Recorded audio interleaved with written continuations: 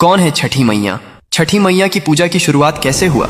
जब सृष्टि की शुरुआत हुई तब ब्रह्मा जी ने अपने कमंडल से जल उंडेला और सृष्टि का निर्माण प्रारंभ किया। लेकिन सृष्टि अधूरी थी, पुरुषों के बिना स्त्री शक्ति का अभाव था। ब्रह्मा जी ने स्वयं को दो भागों में विभाजित कर लिया, एक पुरुष भाग जो सृष्टि का आधार बना और दूसरा स्त्री भाग जो प्रकृति देवी के रूप में प्रकट हुई। यह प्रकृति देवी ही सृष्टि की अधिष्ठात्री थीं, जिन्होंने स्वयं को 6 भागों में विभाजित कर लिया। इन 6 भागों को षड्मातृकाएं कहा जाता है, लेकिन छठी मैया का स्वरूप इनसे अलग और विशेष था। वे ब्रह्मा जी के मन से उत्पन्न हुई। मार्कंडेय पुराण में स्पष्ट उल्लेख है कि सृष्टि के छठे दिवस पर ब्रह्मा जी ने उन्हें जन्म दिया ताकि वे संतान की रक्षा का दायित्व संभालें।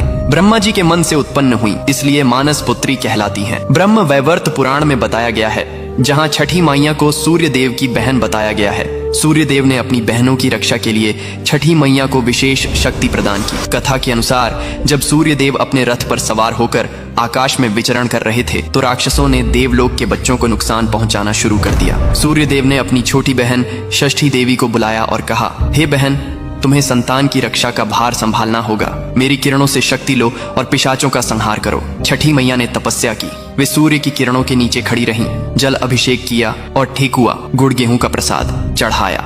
उनकी तपस्या से प्रसन्न होकर सूर्य देव ने उन्हें अमृता और रक्षा शक्ति का वरदान दिया। पिशाचों को हराकर बच्चों को बचाया। इस कथा से छठ पूजा में सूर्य और छठी मैया की संयुक्त पूजा की परंपरा चली। पुराणों में कहा गया है कि छठी मैया बिल्ली के रूप में भी प्रकट होती है, क्योंकि बिल्ली माँ की तरह बच्चों की रक्षा करती है, रात में जागती रहती है और खतरे से पिशाचों को हराकर बच्चों को बचाती है। इसीलिए उन्हें छठी मैया कहते हैं, जो छठे दिन जन्मी और छठे दिन पूजी जाती है। कमेंट में लिखो, जय छठी मैया।